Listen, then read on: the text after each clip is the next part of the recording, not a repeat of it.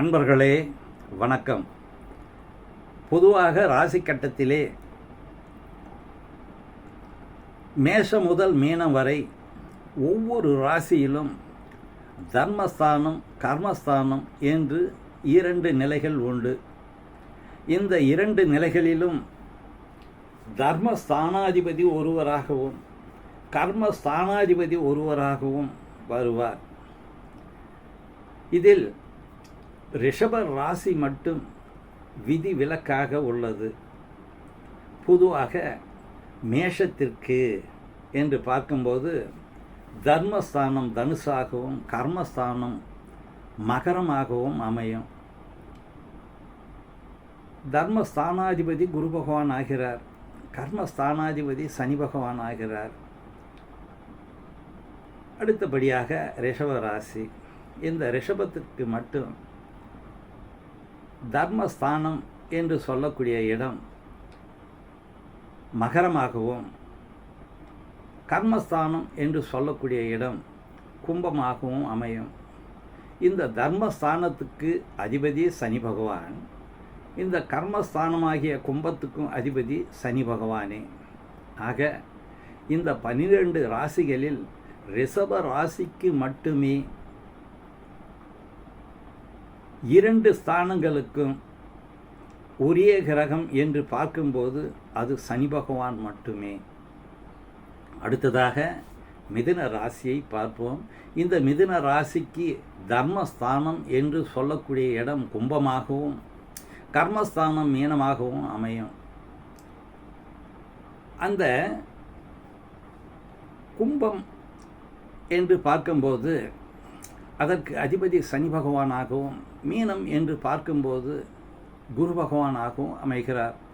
அடுத்தபடியாக கடகராசி. இந்த கடகராசிக்கு மீனம் தர்மஸ்தானம், மேஷம் கர்மஸ்தானம். அப்படி பார்க்கும்போது தர்மஸ்தானாதிபதி குருவாகவும் கர்மஸ்தானாதிபதி செவ்வாயாகவும் அமைகின்றனர். சிம்ம ராசிக்கு மேஷம் தர்மஸ்தானமாகவும் ரிஷபம் கர்மஸ்தானமாகவும் அமையும். மேஷத்துக்கு அதிபதியானவன் செவ்வாய், ரிஷபத்துக்கு கர்மஸ்தானத்துக்கு அதிபதியானவன் சுக்கிரனாக அமைகிறார். கன்னி ராசிக்கு ரிஷபம் தர்மஸ்தானம், தர்மஸ்தானாதிபதி சுக்கிரன், கர்மஸ்தானம் மிதுனம், கர்மஸ்தானாதிபதி புதனாகிறார். அடுத்தபடியாக துலா ராசிக்கு மிதுனம் தர்மஸ்தானமாகவும் தர்மஸ்தானாதிபதி புதனாகவும் கடகம் இவர்களுக்கு கர்மஸ்தானமாகவும் அமையும். இந்த கர்மஸ்தானாதிபதி சந்திரனாக அமைவார். விருச்சிக ராசிக்கு கடகம் தர்மஸ்தானமாகவும் சிம்பம் கர்மஸ்தானமாகவும் அமையும். இந்த நிலையை பார்க்கும்போது கடகம் என்று சொல்லும்போது தர்மஸ்தானாதிபதி சந்திரனாகவும் சிம்பம் என்று பார்க்கும்போது கர்மஸ்தானாதிபதி சூரியனாகவும் ஆகிறார். தனுசு ராசியை பொறுத்தவரையிலே சிம்பம் தர்மஸ்தானமாகவும் தர்மஸ்தானாதிபதி சூரியனாகவும் கர்மஸ்தானாதிபதி புதனாகவும் அமைகிறது. அடுத்தபடியாக மகர ராசிக்கு துலாம் தர்மஸ்தானமாகவும் தர்மஸ்தானாதிபதி என்று சொல்லக்கூடிய கிரகம் சுக்கிரனாகவும் விருச்சகம் கர்மஸ்தானமாகவும் அமையும். அந்த கர்மஸ்தானாதிபதி என்று சொல்லக்கூடியவர் செவ்வாய் பகவான். அடுத்தபடியாக கும்பத்திற்கு விருச்சிகம் தர்மஸ்தானமாக அமையும். அப்போது கும்பத்திற்கு தர்மஸ்தானம் என்று சொல்லக்கூடிய நேரத்திலே விருச்சிகம் இந்த ராசி அதிபதியானவர் செவ்வாயாக அமைகிறார். கர்மஸ்தானம் என்று பார்க்கும்போது தனுசாக அமையும்.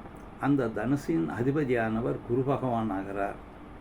ஆக மீனத்திற்கு என்று பார்க்கும்போது மீன ராசிக்கு தனுசு குரு பகவான் தர்மஸ்தானமாகவும் தர்மஸ்தானாதிபதியாகவும் மேஷம் கர்மஸ்தானாதிபதியாகவும் அமையும். அப்போது தர்மஸ்தானாதிபதி என்று சொல்லக்கூடிய குரு பகவான் மீனத்திற்கு மேஷத்திற்கு செவ்வாய் அதிபதி.